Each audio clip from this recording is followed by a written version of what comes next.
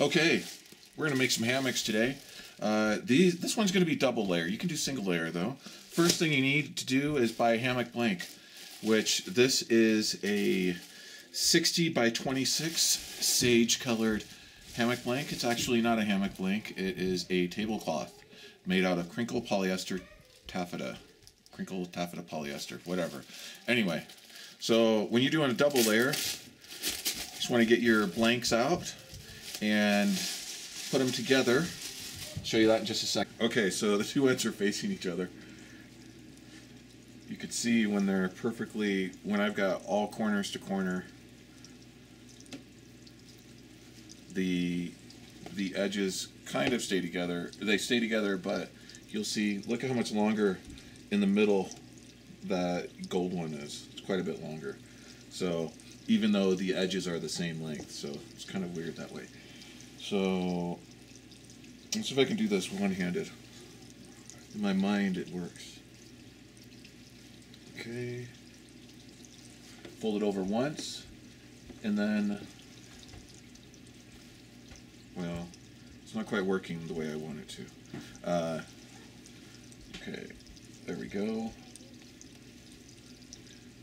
That is plenty. You just want something you can fish the line through. You want it to be roughly the same size on both sides. And then we take, you want to get a shot of these things? These little alligator clip things instead of pins. So as I hold this tight, my assistant here is going to come through and just clip these all along that edge. There you go. We'll probably do like 6 or 8 per edge.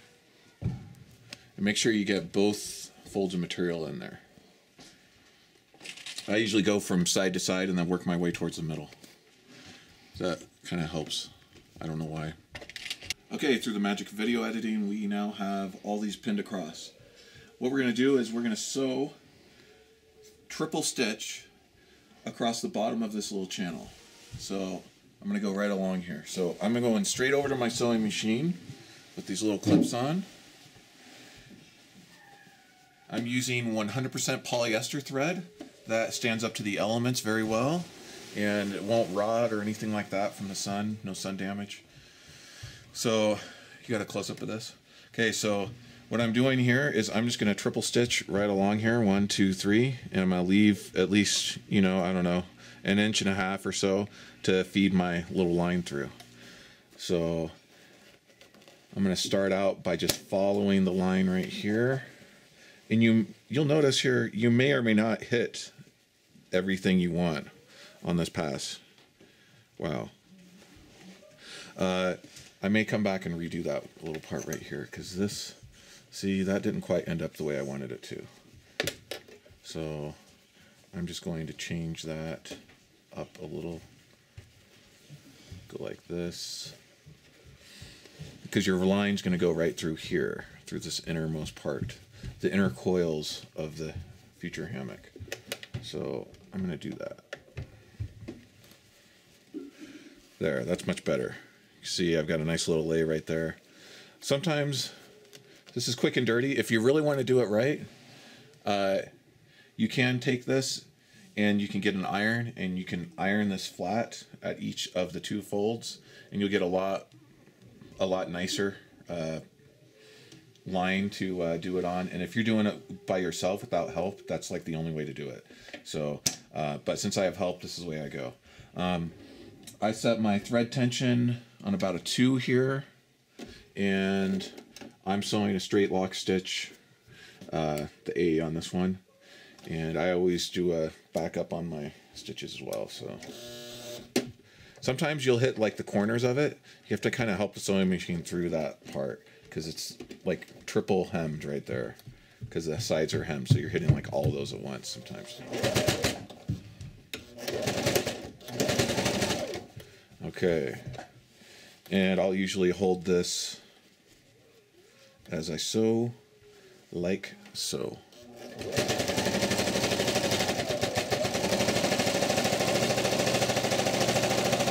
Now I've got my triple stitches on here. They go all the way across. This doesn't have to be pretty sewing. It's quick and dirty. You won't even hardly see these stitches at all. So as long as they're holding it and keeping it from going from separating, that's all you need. You look at the innermost channel here, and that's where your suspension line is going to go. So you may or may not catch every single layer all the way through. And this side, it looks like I did. It looks like I caught them all. So that's good. If I was really paranoid, I'd make sure that I caught all 3 of them. But this is more than enough to hold it. It's going to be all bunched up together anyway. And the friction of the fabric on itself is going to do a good job of helping keeping it as well. So now we just have to do the other side, and then we'll get to the suspension. Okay, we're doing our second hammock here. We're doing 2 at the same time. We discovered kind of a technique. If you go under the folds while one person's holding it and you poke your finger up, you can make sure you get both folds right at their ridge there. So you make sure you're getting all the fabric. So that's a nice little tip for you. Okay, we've got both blanks sewn together. Last thing I want to do is I trim all my threads at the end, so you just want to kind of trim any of these little guys here.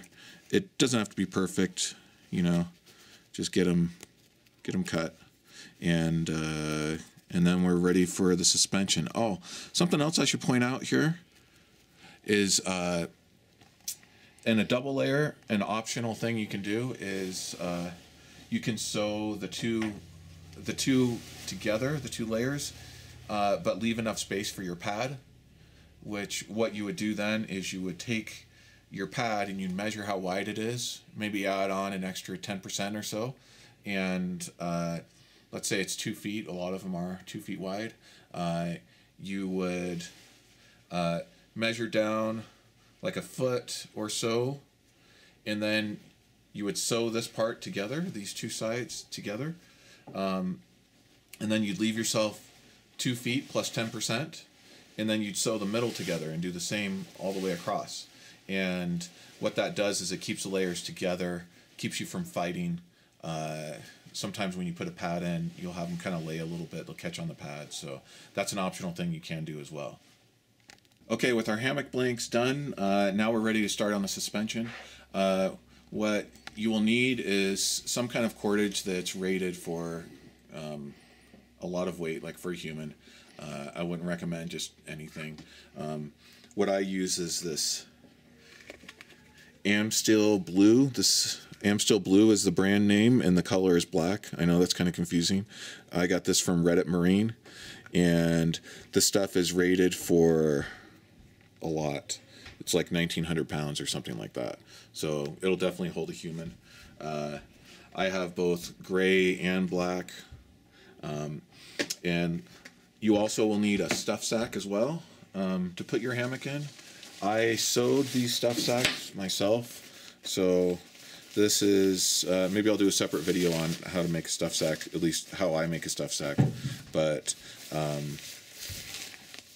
have a little stuff sack here for him with the drawstring, and you will need some kind of webbing for your suspension to hang it, like tree hugger type things. I wouldn't go smaller than 1 inch, and that just distributes the load against the tree. And you want to sew a loop. Really, all you need is a loop sewn on one end. The way these happen to be sewn, I don't know if that's going to show up on the camera, but I do like a little zigzag stitch. I do 3 zigzags right here, and then I do a zigzag down the middle. And with the black on black, that may not show up, and I actually did one on the other end as well. Even though that's not necessary, it just makes it easier. So whichever end I grab, I'm ready to use on it, and we'll show you how that's used later. With the suspension, there's a couple different ways to do the suspension here. You can incorporate these little steel rings in your suspension, and I'll show you that in a minute. Or you can leave these off. It's entirely up to you. They act as a drip ring, so that as water is coming down, maybe in a rainstorm or something, it'll hit this ring, and then your hammock's like right here, and the water will drip down here instead. Alternately, you can leave this off and just tie a shoelace around it, and the shoelace will catch that water and drip off the shoelace instead, or any small wicking string. What we're going to make is a continuous loop. The finished product is going to look like this. This has, I think from what I've read, these have 80% of the original holding capacity as the rope by itself without any knots or anything in it. So it's very strong. It'll hold well over human body weight. So we're going to make a loop about that long. And for the length on these, let's see how long I cut these. I measured them a while back, and then I just used that as a template from there on. So this is about 24 inches, 25-ish. That's how long this piece is. So you need 2 of these. And you also need, you will not need this, but it aids. It's a knitting needle you can get at Walmart. I don't know what size this is, so you may just eyeball it. And these are floral wires. And you can get a bag of these for like $1 that has like 100 of them in them. I got these at Walmart as well. And you'll use this to pull things through. This makes the hole. So let me show you real quick how to do the continuous loop the way I do it. Hopefully it's right. Someone may correct me. I pull out about this much, about a hand width, my hand width at least. Get the 2 ends together, go about like that, and I mark this spot. I'll take one of them at that spot, and this rope is hollow core, which means in the middle there's like a little tunnel that goes through it. So what I'm doing is pinching both ends together around the spot where I want it. Additionally, I can take this needle and just poke it right through. You want to get it between the strands. You don't want to split any of the individual strands that make up the rope. So you want to split between each of those strands. And then you can kind of pull it a little left and right, and what you end up with is a little hole right there. You can see that? All right. And once you have that little hole, you take your little floral wire that's bent in a loop, and you just push it through. And you're going to open it up just a little bit here.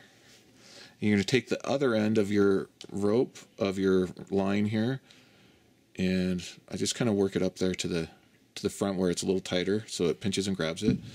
And it doesn't look like this would be possible, but if you just pull through, you can get the one end to go through to the other end, through the other. So you can see that easily went through. So that's your first step. You just pull one end through that little spot in the other one. Now I'm just going to double check my measurement here. And what I want to do is take the end that I just pulled through. So one end has a hole in it, the other end doesn't. The one without the hole, you want to pull through about the same spot where it crosses. So I'm going to pull out a little bit so I can get to that spot right about there. I'm going to follow the same procedure. And this doesn't have to go exactly through the center. Some people count strands and do stuff like that, but I don't. I just kind of eyeball it, and I've been fine. So there you go. So I'm going to push this through again, and I'm pushing this on the outside direction. So if you see, here's the loop side. I'm not pushing down that way. I'm pushing up this way. And I'm going to pull this end that has the hole in it. I'm going to pull that end through the other one. This is called a locked Bremel that we're doing in here. And you can see I just pulled it through, and now they're going to cross. This kind of is a little bit hard to wrap your mind around a little bit once you see it. Some people can get confused when they see one end going through the other end, but you end up with something like this. You can see if I pull this, they cross each other. What that does is creates a point here where if you pull on it, they pull against each other, and they can't pass through each other. So that's step one in your locked Bremel. You can see that they naturally want to twist a little bit. The side that twists toward the left, you pull to the left. The side to go to the right, you pull to the right, like that. And now you want to do what's called a bury in this. What you're going to do is you're going to open a tunnel up right here inside, and you're going to pull this end through the tunnel and bury it all the way in there. And what that does is like a Chinese finger trap. It pulls against itself. So the harder you pull, the more it's going to make the tunnel try and go smaller.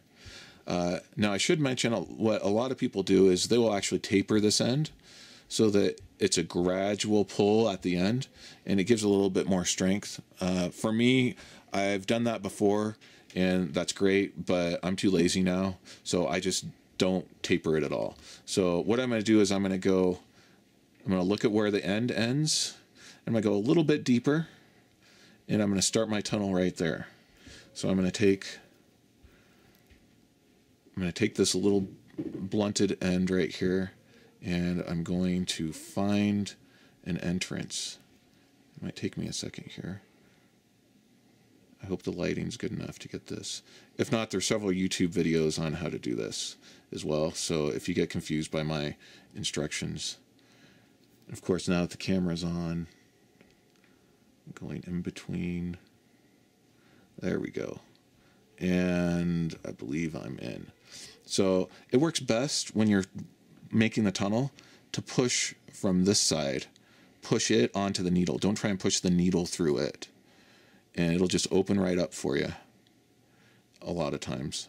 Sometimes you'll get a piece, you just grabbed it weird or something's weird about it and it won't quite feed through and it'll just fight you the whole time. Sometimes they just go through nice and sweet like that though. And you want to bring your tunnel out as close to the knot as possible. And then you want to scrunch up your tunnel. What that does is it makes the tunnel bigger and it helps it stay open. So now I'm going to take my hand and I'm going to squeeze it together. And as I squeeze, I'm going to pull the needle out. And you're going to see I end up with a nice little tunnel in there, to which I'm going to put my green floral wire inside. It's nice and easy to follow. So you see that? Just comes right through there. Easy tunnel. And now I'm going to take my floral wire, open up, grab this one that I want, and I'm just going to try and make the side that I pull through as small as it possibly can be while still holding it. Sometimes I get it too small and it pulls out, so I'm going to grab this. You see, I'm just going to pull it through. When you get to this point, it's not going to want to pull through. You can work the tunnel over the knot if you want, or you can pull a little bit on the other end here, and you'll see it'll help get that knot through the first part of the tunnel, which is oftentimes the hardest part. So all I'm doing, oh yeah, I've got a sweet one right here. It's going right through. It's pulling. You can see this end getting smaller as I pull this end through. You see, I easily got it out. That one went really well. Thank goodness for the camera. So usually if I'm on camera, it doesn't do as good. Now I'm just going to grab these two ends right here, and I'm going to apply pressure here while I'm holding here, and it's going to snug that knot all the way up to the edge here. And now what I want to do is close the tunnel, so I'm going to kind of milk this down. You can see this end is going to start to disappear. And that's what you want. You want it to completely disappear. You see, now it's completely disappeared. If I pull extra tight, it's gone. Just like that. It's like a magic trick almost. Now I'm going to do the same thing on this end. And our finished product will end up looking something like this. So you can see this is where the ends are buried. And this is where that locked Brummel is. So I don't know if I did this one or if someone else did. If you do it right, you can't even hardly tell where it is. Okay, well, maybe you can, but it's you can see a little fat part. So you just want to do 2 of these loops.